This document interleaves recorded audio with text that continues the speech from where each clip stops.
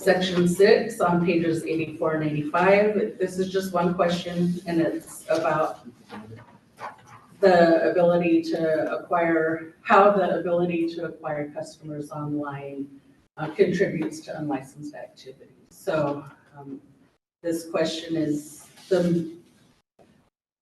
people are getting more creative, so I discussed some of the new ways that we've noticed in the past couple of years that contractors are using to acquire customers and, you know, engage in unlicensed activity. Are there any questions about that one? Okay, section 7, workforce development and job creation. That's on pages 86 through 88. This section is directed, it's mostly for other DCA programs that approve schools, curriculum, training programs, internships, and other have other elements that may influence workforce development. We don't have that, but although it's not a mandate for CSLB, we have done work in this area. That includes managing the construction management education account, creating the B2 license to provide a pathway to licensure for contracts who have experience in multiple areas, but not carpentry or framing. Additionally, question 63 on pages 87 and 88 asks about reducing or eliminating inequities experienced by licensees, applicants, and consumers from vulnerable communities. These activities include translating examinations and study guides into Spanish, creating the B2 license type, protecting senior citizens by supporting SB 2471 to extend the right to cancel for senior citizens, administering the Solar Energy System Restitution Program, and we are currently submitting a proposal, which is new issue 5 in this report, to allow tribes to obtain a license in California. Any questions on section 7? No questions, but I do want to note for the record that Mary Teichert has joined the meeting. Thank you. Welcome. Thank you. Section 8, this section is on page 89. It's a short section. These are questions that didn't really have another place, but the one question that is substantive for us is the question about IT. Chief Perez covered the information that's in that when he presented a few minutes ago. Section 9 is on pages 90 and 91, and this is a question about our COVID response. This is to find out what we did to protect our employees while still meeting consumer protection mandates. So those actions we took include closing our public counters, instituting mask wearing, social distancing, and other protocols to limit exposure, obtaining laptops for staff to facilitate a reduction of in-office staff, increasing production of educational videos, so licensing workshops which were in person before moved to online, and things like that. Developing an online renewal and payment system to reduce the need for office visits. This was huge in multiple ways. And we held board meetings by WebEx. Are there any questions about section 9? Section 10, you have seen. This is on pages 92 through 123. These are the board action in response to prior sunset issues. We presented this twice. I will not make you go through that again. There haven't been any changes since the November 15th meeting. So this is what you saw the last time. And section 11, which are new issues. These are on pages 124 through 130. These are the full new issues that you saw a summary of at the November 15th meeting. We did not change the issues, we just filled out the explanation a little bit more to make it appropriate to submit to the legislature. And the final section is our attachments. And that includes our administrative manual, the board's administrative manual, The current, a chart showing the current relationship between the board and its committees. Each of the major studies that I mentioned earlier in my presentation, year-end org charts for the previous 4 fiscal years, quarterly and performance measures as published on the DCA website, and results for each question in the board's consumer satisfaction survey broken down by fiscal year. And that gets us to 500 plus pages. With that, I'll turn it back to Chair Love. Thank you, Paula.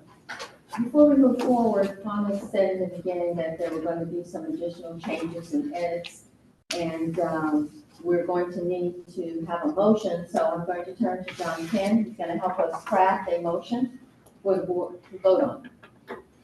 Perhaps ask for any board or public comment, either on WebEx, phone, or otherwise in person before we throw the motion out there. I will do that. Thank you. Are there any comments from all of the above? The board in the room, on WebEx, on the phone? I have a comment, board member Michael Mark. First off, appreciate the hard work that was put into this report. This report is definitely in the weeds, and it's really sometimes hard for as a board member to follow along. You mentioned some of the attachments that are included. I believe at the last couple of meetings, there was a video with board members as well. So we link that video, show a link with that next to the board manual. That is something that we should add as an attachment as well. I think that came from the Public Affairs Office. Am I incorrect? I can comment on that. The video is not directly related to the board administrative manual. That it's a separate paperwork that we're using for it. So the board administrative manual helps influence board orientation, but they're not one and the same. Okay.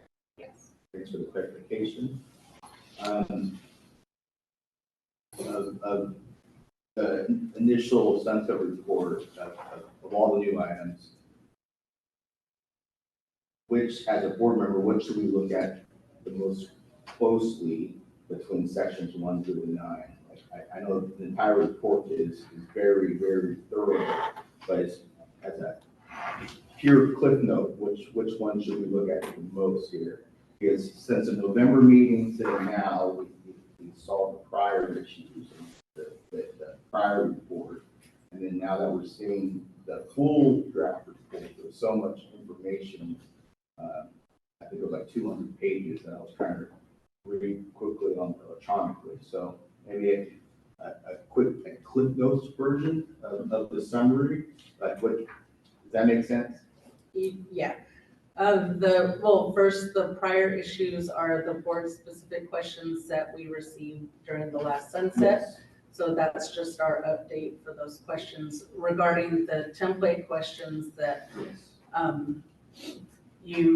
I would recommend focusing on, I would recommend enforcement. That's always a hot topic of the legislature. Even with the new legislature, it's always, it's the reason why we exist. In that section, there was a lot of good information regarding how much the solar industry has affected our enforcement, full applications, or so. Yeah, I and appreciate that. That license. was really thorough. The licensing portion was real thorough.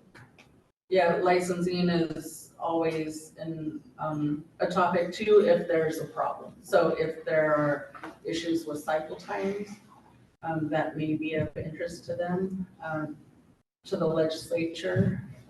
Normally, when there's fiscal issues, that would be an issue, but I don't think that would be a problem this time.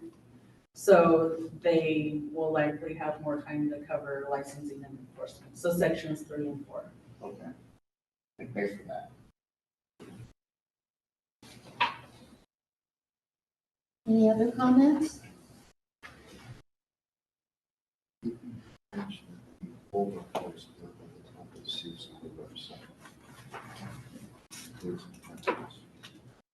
And I'll just re-emphasize that the full report is available on the top page on the CSLB website for those that would like to read it.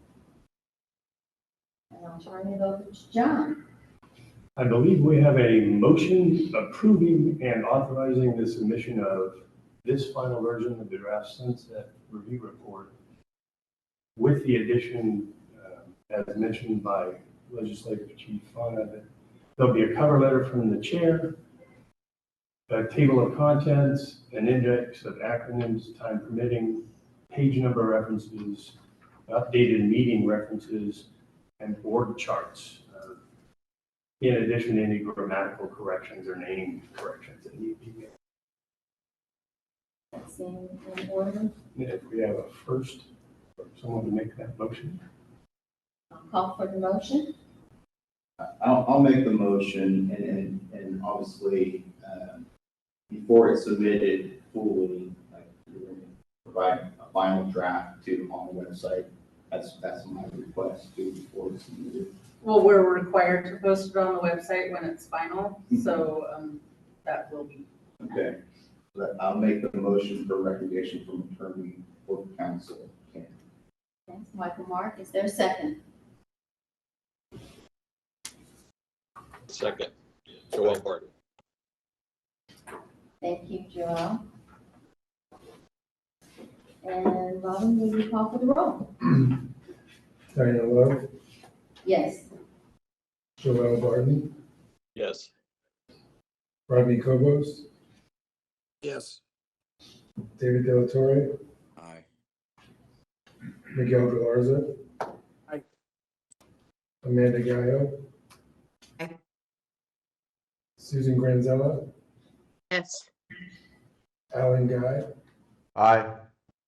Jacob Lopez, Jacob's had to step out for a few minutes. okay. Michael Mark, Aye. Steve Pinelli, Aye. Jim Ruane. Aye. Mary Tykert, Aye. motion passes. Thank you, Robin. And I just want to say for the record that I am ecstatic about appearing before the legislature for this 150-page review. I think it's an honor doing my term as board chair for us to be reauthorized as a board for another 4 years. I think that is saying a lot about CSLB and the pride that we take in consumer protection and all the other different entities that we do. So I'm looking forward to the hearing. So let's move into our next agenda item, which is enforcement. And that will be found on page 103, and Chair Jim Ruane, you have the floor. Thank you, Chair Love. Good morning to everyone. I'm Jim Ruane, the chair of the CSLB's Enforcement Committee. The first item on the enforcement agenda, F1, is the update regarding the November 29, 2023 Enforcement Committee meeting and possible approval of summary report. During the March 2023 board meeting, the board approved spending up to $75,000 to hire a consultant to perform an enforcement workload study. On July 24, 2023, CSLB contracted with Cooperative Personnel Services, CPS, to perform the study for $68,587.50 to determine two things. Number one, if the current special investigator investigation goals remain viable, and number two, to determine if enforcement classifications are appropriate for work performed. CPS is well underway on completing their research, and they have conducted a thorough review of the process, documentation, and complaint investigation data. The results and recommendations from the study are expected to be delivered to CSLB in January 2024. During the March 2023 board meeting, the board also authorized spending up to $75,000 to hire a second consultant to research the scope of unlicensed practice and evaluate disaster response resource requirements. A request for a proposal, or RFP, was released with a cutoff date to receive proposals by Tuesday, November 28, 2023. But unfortunately, there were no bidders. Staff have previously communicated with prospective consultants who advised conducting a study of this complexity will cost far more than $75,000. Therefore, staff recommended that the Enforcement Committee recommend to the full board raising the cap from $75,000 to $200,000. The motion was put forward and carried. As a result, we now have a fully formed motion from a committee of the board that needs no first and second prior to a motion. The Enforcement Committee recommendation is that the board vote to approve increasing the amount of funds approved for the study from $75,000 to $200,000. Do board members have any comments? Are there any comments from public in the room? Seeing none. And Catherine, any comments from members on the public on WebEx? Seeing none.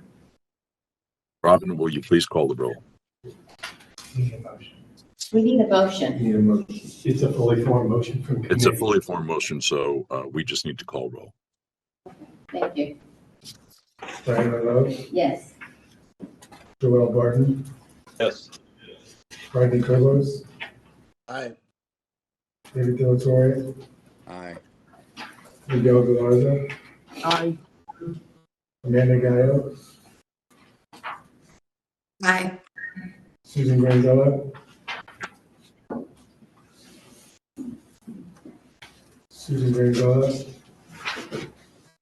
Aye. Alan Guy, Aye. Steve Pinelli, Aye. Michael Mark, Aye. Jim Ruane. Aye. Mary Tyker, Aye. motion passes. Thank you, Robin. And thank you, Jim, for your report. Thank you. Our next item is licensing, and to lead us through licensing and the testing portion begins on page 125. And our committee chair is Alan Guy. Alan, you have the floor. Excuse me, Chair Love. We still have a number of items on. I'm sorry. Steve? Yeah. Go ahead, Jim. Okay, thank you.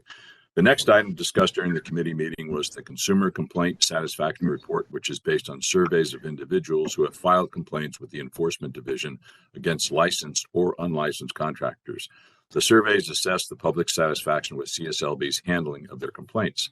Unfortunately, the satisfaction measure showed a steady decrease over the previous 5 years, comparing fiscal year 2018 to fiscal year 2022. Consumer satisfaction with the clarity of explanation of complaint procedures decreased from 76% to 63%. Satisfaction with information regarding case progress decreased from 68% to 54%. Satisfaction with timeliness of case processing decreased from 66% to 51%, and satisfaction with CSLB services decreased from 61% to 50%. I commented that as the Enforcement Committee Chair, I'm aware of the challenges faced by enforcement staff in adjusting to budget restrictions, the COVID pandemic, and the significant increase in solar complaints. I further commented that the previous budget challenges, which restricted the use of CSLB industry expert and arbitration programs, have since been resolved, and special investigators are back to performing field visits and job site inspections. Enforcement management continues to work closely with the special investigators to ensure that complaints are investigated as soon as possible after assignment. The recent implementation of the new multiple offender unit will also play a significant role in reducing staff caseloads and related complaint handling cycle times. More on this unit will be discussed in the next agenda item. The Enforcement Division also reported during the committee meeting that staff training initiatives for 2024 include biannual enforcement academies, career development, customer service, and staff development training opportunities.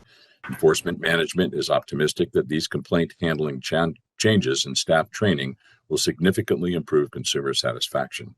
Final item discussed during the committee meeting was the review, discussion, and possible action on development of a multiple offender unit to investigate licensees subject to multiple complaints. At the meeting, it was acknowledged that most solar contractors conduct their business in a professional and legal manner.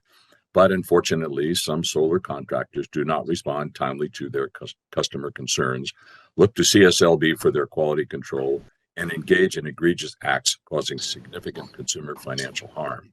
The Enforcement Committee meeting included a discussion of the troubling increase in consumer-filed solar complaints. In comparing fiscal year 2018-19 to 22 and 23, CSLB has seen a 176% increase in solar complaints, and during the same period, the number of non-solar complaints has remained steady, even showing a slight decline. CSLB currently has more than 900 open solar complaints, which is more than 20% of all CSLB open complaints. The excessive number of solar complaints has created a high caseload for many enforcement staff, and the egregiousness of solar complaints further contributes to workload issues. As a result, it was announced at the committee meeting that to provide effective consumer protection and address this unsustainable increase in consumer filed solar complaints, a multiple offender unit was established. The goal of the unit will be to focus on the solar contractors with the most open complaints, assign all of the complaints against the contractor to a single investigator, and take swift, aggressive action to persuade the contractor to resolve pending complaints and implement business practices that address consumer complaints prior to CSLB involvement. Going forward, solar contractors receiving multiple complaints should assume they will be subject. They fail to respond timely to requests for corrective completion work from their customers, and CSLB incurs the expense of sending out an industry expert to determine the contracted work was not completely and/or performed to industry standards. CSLB will no longer hire industry experts for the purpose of assisting a solar contractor with multiple complaints to settle their disputes with their customers. CSLB staff have met with the Office of the Attorney General and developed a streamlined legal action process for these cases, and solar contractors need to be aware that consumer protection statutes will be strictly enforced. CSLB's Special Investigative Unit charges of unfair business practice against some of these solar contractors. In addition, CSLB has identified a solar industry expert who has agreed to provide remote guidance to consumers on correcting and completing their solar project if a field investigation of their complaint is not performed because their complaint is not needed to support legal action. In addition to these measures, further outreach to contractors is needed to confirm they understand home improvement contract requirements. We also believe that more can be done to help consumers understand how to identify and avoid predatory solar practices. CSLB will continue to work with our Public Affairs Office and industry partners to address these concerns. This is an information item only, and no action is required of the board. Do board members have any comments? Any comments from the public in the room? Hey, Jim, I would just like to say there's a ton of feedback coming in. I don't know if someone can look at that. Someone needs to mute.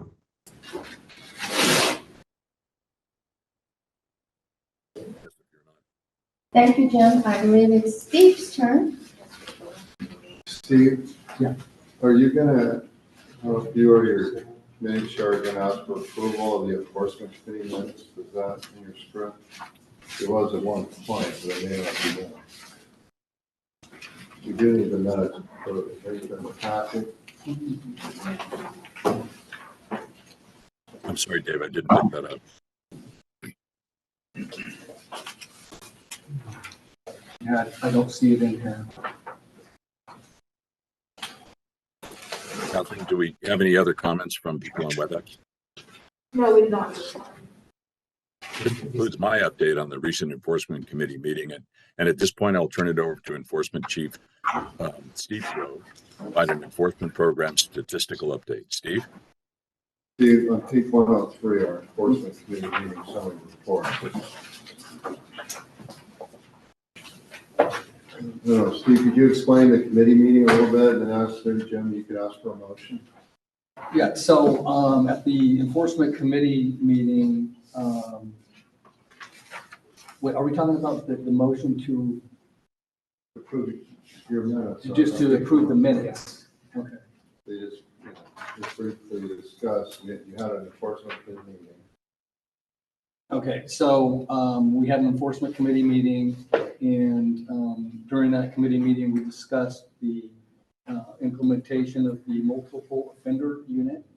And we also discussed the increasing the fee for the study on the underground economy from 75,000 to 200,000. And so now we need to have a recommendation to approve that. Yeah, we just need to have these minutes. Just to approve the minutes. Through the chair, I have a question to the legal. Since this is a committee meeting summary report, is that official enforcement committee minutes for approval? recognize these as minutes, to approve the minutes and what happened. That's all we're asking is that you would approve the minutes from that meeting. It's been our standard practice here. Through the chair, Mr. Ruane, Michael Mark will make a motion to approve the minutes, the summary report as minutes of the past enforcement committee meeting. Okay, So we need a motion to approve the enforcement committee summary report. yes, motion made by Michael Mark. And second. And I need a second. Second. And who is that? David Delatorre. Thank you, Dave. And Robin, will you call the roll? Diana Love, Yes. Joel Barton, Yes. Rodney Cobos, Aye. David Delatorre, Aye. Miguel Galarza, Aye. Amanda Gaia, Aye. Susan Granzella, Aye. Alan Guy, Aye. Jacob Lopez, Diana Love, Steve Pinelli, Aye. Michael Mark, Aye. Jim Ruane. Aye. Mary Tyker. Aye. Motion passes. Thank you. Is Steve now going to give us an enforcement program statistical update? Yes, thank you, Jim. This section begins on page 113 of the board packet. The first item is an update on staff vacancies. Out of approximately 220 positions in the enforcement division, there are 24 vacancies. The management team is working hard to fill these positions. Candidates have already been selected for 11 of the positions and are pending final approval. The first highlight I would like to share is at the bottom of page 113, titled CSLB Recommends Criminal Prosecution, and details the highly successful investigation and prosecution of licensed contractor Jeffrey Wynn. In October 2019, a Los Gatos consumer entered into a $330,000 home improvement contract with Wynn. CSLB's investigation established multiple administrative and criminal violations, including failure to exercise his duties as the qualifier, fraudulent use of an incorrect license number, obtaining money by false pretenses, and aiding and abetting two unlicensed contractors, one of which was previously a revoked licensee. The two unlicensed contractors were charged with fraudulent use of a contractor's license, obtaining money by false pretenses, and contracting without a license. In November of 2022, CSLB referred the case to the Santa Clara County District Attorney's Office. And in August, arrest warrants were issued for all three individuals, each with bail set at $40,000. In addition, an administrative case was referred to accusations seeking revocation of Wynn's contractor's license. And that hearing was scheduled for yesterday. The next highlight I would like to share is on page 115, titled Husband and Wife Charged Related to Tubbs Fire. Sonoma County couple who lost their home in the 2017 Tubbs fire entered into a contract with unlicensed contractors Andrew and Jennifer Dixon, doing business as Acre Designs, Inc., to act as project managers for the construction of a new home. In addition to managing the project, the contract included providing all construction material and performing the mechanical, electrical, and plumbing work for a total of $459,000. The consumers paid a total of $447,000 to the Dixons. All other construction work was to be performed by licensed contractor Empire Contracting in a separate contract for $411,000 between the consumers and Empire Contracting. Ultimately, in July of 2019, Andrew Dixon informed Empire Contracting and the consumers that he would be unable to complete the work due to project costing increases. The Sonoma County consumers had to purchase materials and hire other contractors to finish the project and reported spending just under $300,000 to complete just the Dixon's portion of the new home construction. In March of 2019, another homeowner in Napa County entered into a similar contractual relationship with the Dixons.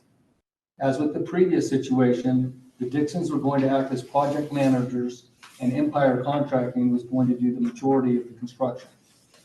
The homeowner paid the Dixons a total of $20,000, and the only work they performed was a layout of the property created from the drone video. The CSLB investigator referred the cases to both the Sonoma and Napa County DA's offices.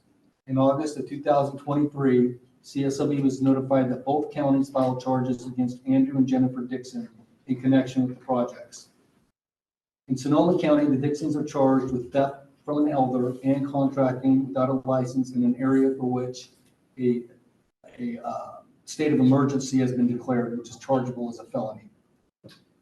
In Napa County, they are charged with contracting without a license and diverting money from a loan that was obtained for the payment of services, labor, materials, or equipment. There's an active arrest warrant for both in both counties.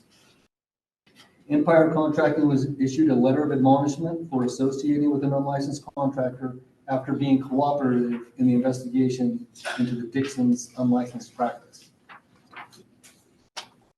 Next, I would like to provide a statistical overview of the Enforcement Division, which begins on page 116 of your board packet. During the 10-month period from January 1st, 2023 to October 31st, 2023, the division opened 16,317 investigations. With current staffing levels, optimum maximum Enforcement Division caseload is 4,740 pending complaints. As of October 31st, the pending caseload was moderately higher at 5,132.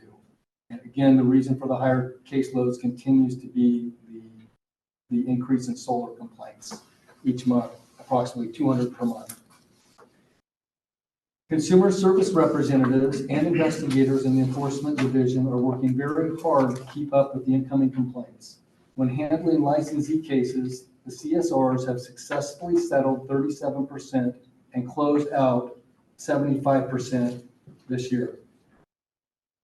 This means that the special investigators only have to fully investigate 25% of the complaints received, and 37% of our consumers have their issues resolved in a very short period.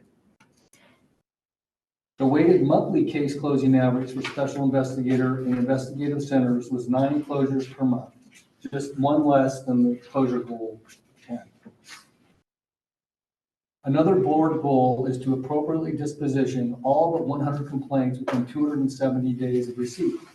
As of October 31st, 2023, 207 complaints exceeded 270 days in age. Highlights of some of the division's significant accomplishments between January 1st, 2023 and October 31st are as follows. Complaint mediation efforts by the Intake Mediation Center and investigative centers resulted in more than $30.8 million in restitution to financially injured parties. 488 letters of admonishment were issued. The investigative centers referred 534 of the 1,800 legal action investigations for criminal prosecution.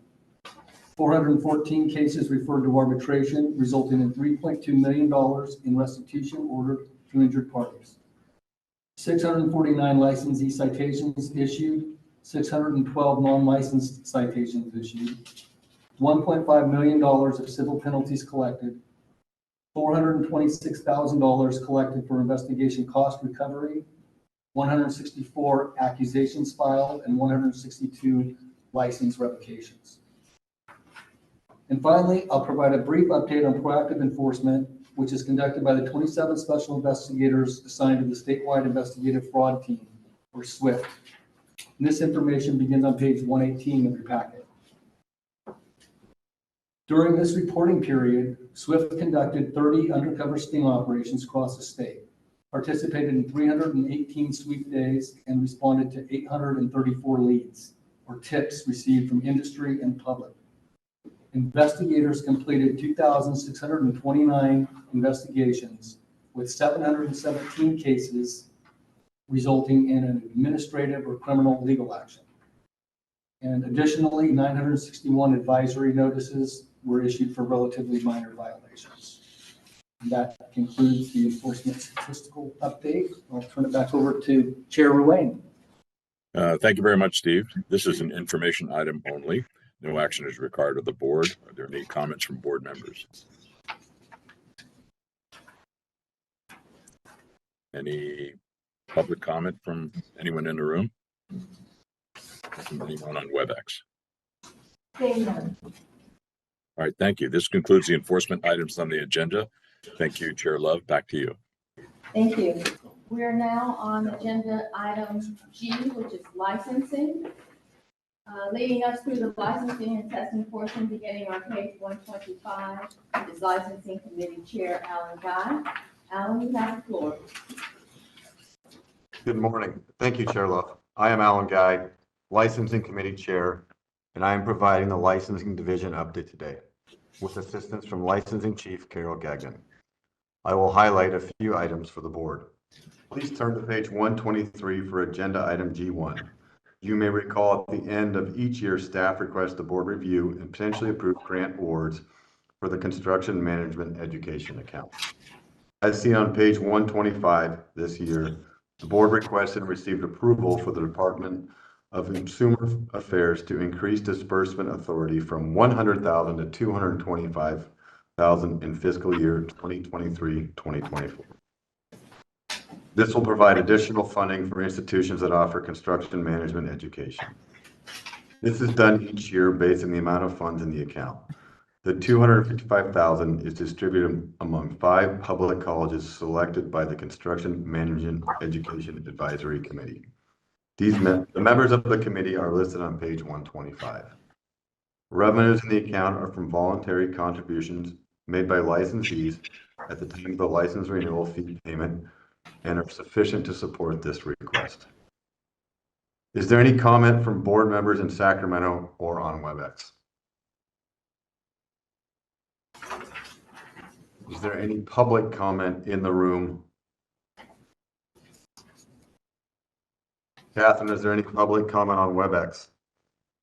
No public comment at this time. Yeah. I would like to ask the board to consider the following motion.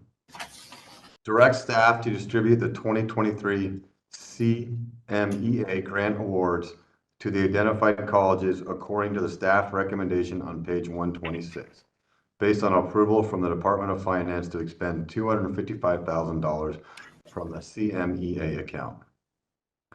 Do I have a motion and a second? Ruane, so moved. Second, Jacob Lopez. All right, Ruane and Lopez, thank you. Is there any comment from board members in Sacramento or on WebEx? This is the final comment.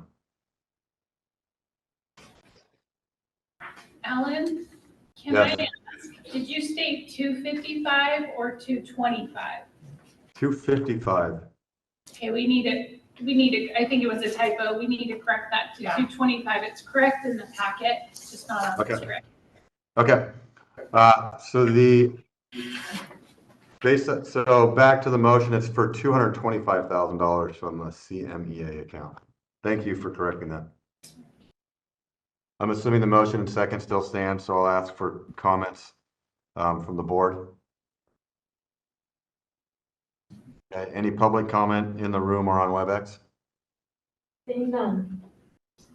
Okay, Robin, please call roll. Diana Love, Yes. Joel Barton, Yes. Rodney Cobos, Aye. David Dilatorre, Aye. Miguel Galarza, Aye. Amanda Gaia. Amanda Gaia, I believe she left. okay. Susan Granzella, Aye. Alan Guy, Aye. Jacob Lopez, Aye. Steve Pinelli,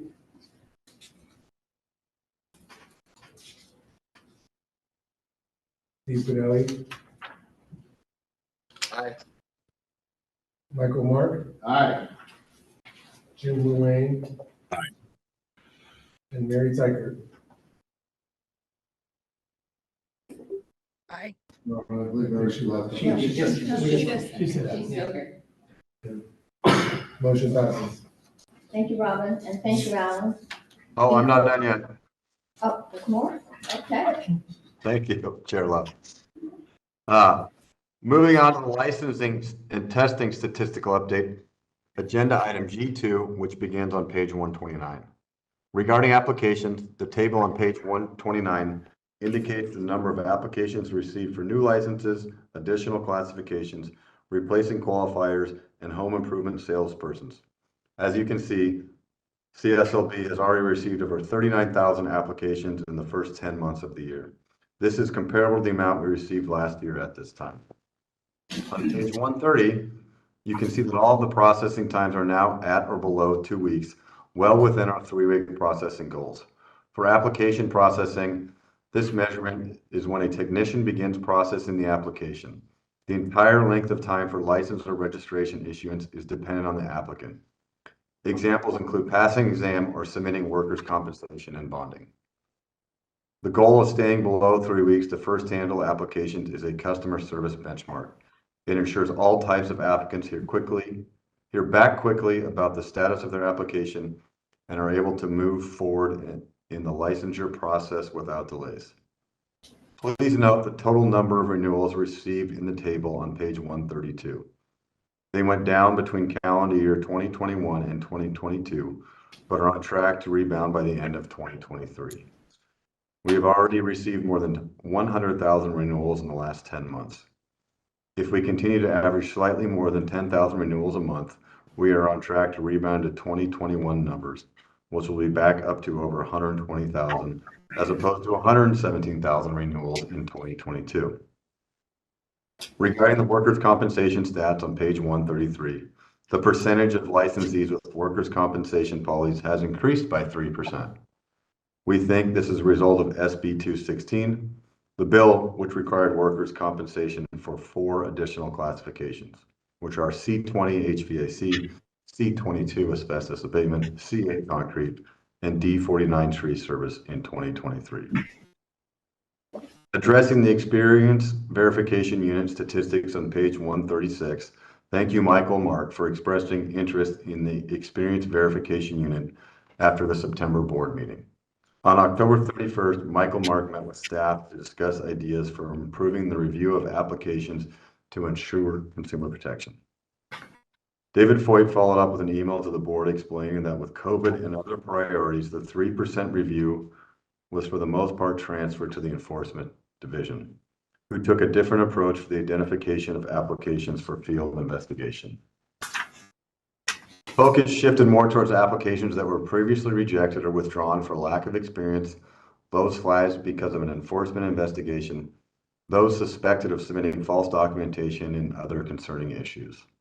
The 3% field investigation review currently being conducted by the Enforcement Division is more accurately described as actively flagged applications as opposed to randomly pulled applications.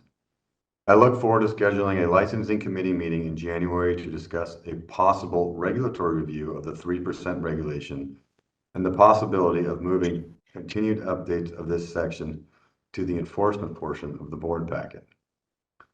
I applaud licensing staff for their comprehensive review they currently do of each application submitted for licensure. In the last 3 fiscal years, approximately 20,000 applicants went void, many because the applicant did not provide sufficient documentation of their work experience to meet licensure requirements. The goal is to provide the most effective consumer protection possible with available resources. As seen on the table on page 139, CSLB plays a vital role in helping consumers secure financial restitution as a result of final court judgments, with over $20 million paid back to consumers in calendar year 2022.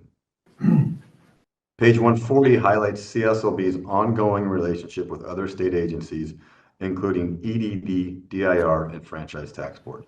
Since November of 2022, CSLB has helped those agencies collect over $24 million in outstanding liabilities. You can find the testing update on page 141.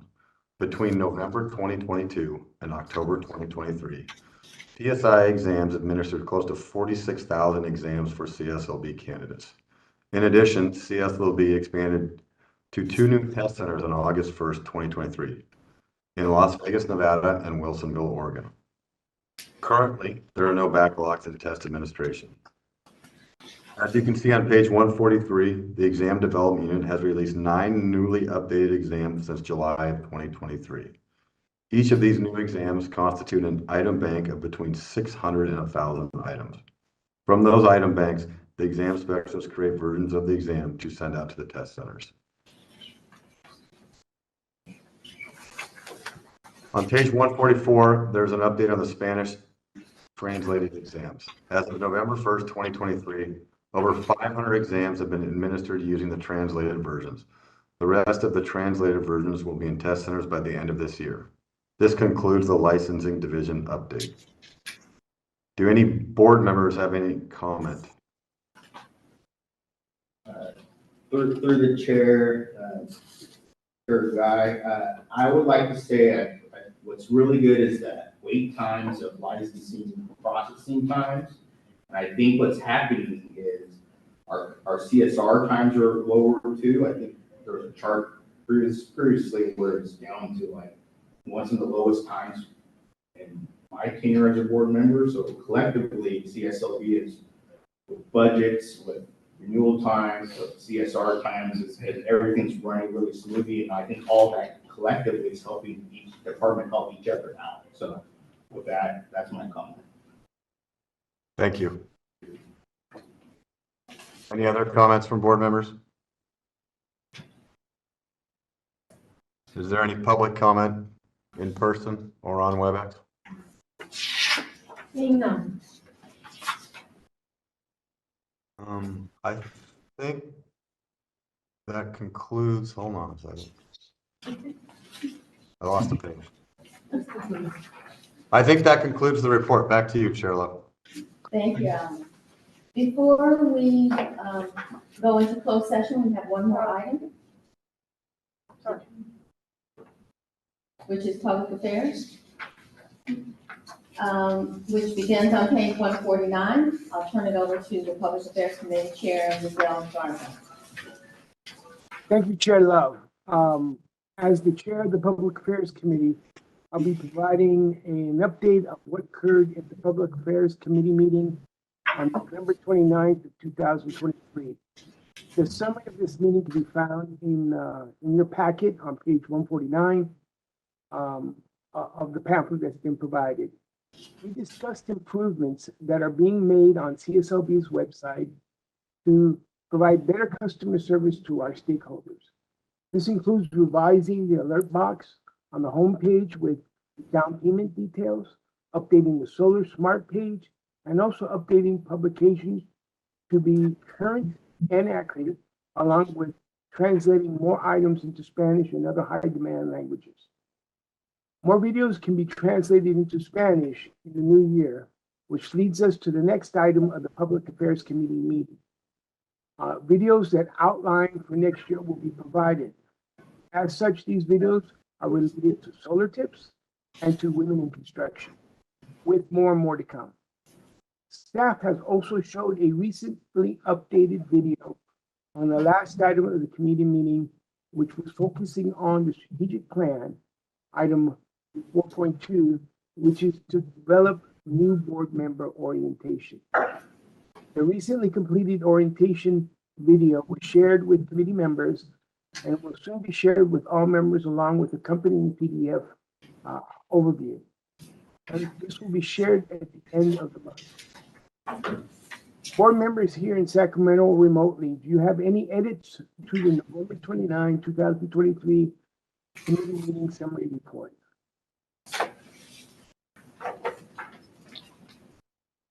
Seeing and hearing none, if there are no edits at this point, I would like to ask for a motion to approve the November 29, 2023 committee meeting summary report. May I have a motion, please? Motion to approve. David Delatorre. And who's the second, please? Steve Finelli. Thank you, Steve. With that, Who made the motion? who made the motion was David Delatorre, I believe. Thank you. Thank you. And the second, Steve? Steve. Thank you. Yes. Are there any further board member comments or questions before we take public comment? If not, is there any public in the room or off-site, Catherine, that would like to make comment on these issues? Seeing none at this time. Thank you, Catherine. Any board member comments or questions before we ask for the roll call? Seeing none, Catherine, would you be so kind? Or who's leading roll call? Diana Love, Yes. Joel Barton, Yes. Rodney Cobos. Aye. David Dillon Sawyer, Aye. Miguel Galarza, Aye. Amanda Gaia, Susan Granzella, Aye. Alan Guy, Aye. Jacob Lopez, Aye. Steve Pinelli, Aye. Michael Mark, Aye. Jim Ruane. Aye. Motion passes. This is Mary With Tiger. that, I'd like to move on to item 8.2, Public Affairs Program Update. I will now proceed with the Public Affairs Update, which starts on page 155. I will Miguel? note, Miguel, let me just quickly interrupt you just for a second. We got to roll call one board member. Mary Tiger. Aye. Thank you. no worries, sorry about that. I assume the motion still carries, yes? Yes. Thank you. Unfortunate, in your packet, there was an unfortunate error in the page numbering on the online package, pages 140, 155 and 165. The Public Affairs Office, or known as PAO, is responsible for media, industry, licensing, and consumer communications, as well as outreach. They provide proactive public relations, respond to media inquiries, and develop and distribute publications and newsletters. They also conduct educational and outreach for consumers and contractors. PAO creates content for CSLB's social media channels and website, including webcasts and videos. They conduct workshops and seminars for disaster survivors and contractors and present speeches to service groups and organizations. Disaster response has been a key part of CSLB's outreach efforts over the past year. CSLB worked to educate property and business owners that they are not harmed by unlicensed or unscrupulous contractors after disaster. Between August 1st of 2023 and October 31st of 2023, CSLB staffed and participated in only one disaster recovery center, or DRC, throughout California. This was a DRC in August after Tropical Storm Hillary caused damage in the Riverside County, California. This was a welcome relief from all the natural disasters that we in California have had over the last numerous years. So it's a welcome relief. In the area of the video and digital services, PAO has focused on creating informational videos for consumers, licensees, and applicants. Recent videos have included tips on swimming pool construction and for hiring roofing contractors, along with a short video promoting Construction Inclusion Week in October and in social medias. The videos are shared on YouTube and other social media platforms, archived in the CSLB website. PAO has also prioritized translating and producing Spanish language consumer and industry videos. You can see the list of the live and recorded videos starting on page 157 of your pamphlet. Beginning on page 158, you will see that the PAO has helped increase CSLB's following on social media by improving engagement with applicants, licensees, and news media and other stakeholders. CSLB has maintained an active presence in Facebook, Instagram, X, known as Twitter, formerly known as Twitter, and LinkedIn, where all the platforms have shown significant growth. Public affairs staff stay close to date with trends on social media and best reaching CSLB's audience, as evident by some of the top posts, one of which included a reference to Taylor Swift. Posts related to stings also have been very popular. On page 161, PAO shows an updated subscriber list of more than 192,000, which includes the licensee's information history. The subscribers list also gets CSLB's industrial bulletins and press releases out for stakeholders. One industry bulletin has been issued between August and October related to the release of the Spanish exams and out-of-state test center. 5 news releases have been issued on the same period of time, all related to sting results, including one issued in October after 2 people were arrested in a sting in the Bay Area. PAO responded to 19 media inquiry requests between August and the end of October. The media coverage focused on various topics, including sting operations, results, solar, and complaints regarding contractors. On page 162 and 163, it shows us the outreach events that CSLB has attended between August and October. You will see that the Public Affairs Office has been busy traveling the state to provide key consumer protection information to seniors and other stakeholders.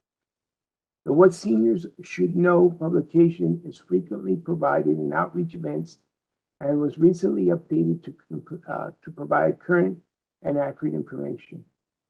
The Public Affairs Office also writes and publishes content for internal communications. On page 164, you'll see that PAO has published 7 employee Intran articles between August and October, highlighting upcoming meetings, licensing division achievements, and the Southern California Enforcement Academy. The intranet is accessible to all CSLB employees around the state, and the first thing they see when they open up their web browser on their work computers. Finally, on page 165, CSLB's Public Information Center was improved average wait time for callers. In October, the wait times were at 3 minutes, not including the board packages, as the average wait times in November were even lower at 2 minutes. Since this is an informational item only, no action is required of the board. Given that, are there any board members that like to have any comments on this agenda item, either here or remote?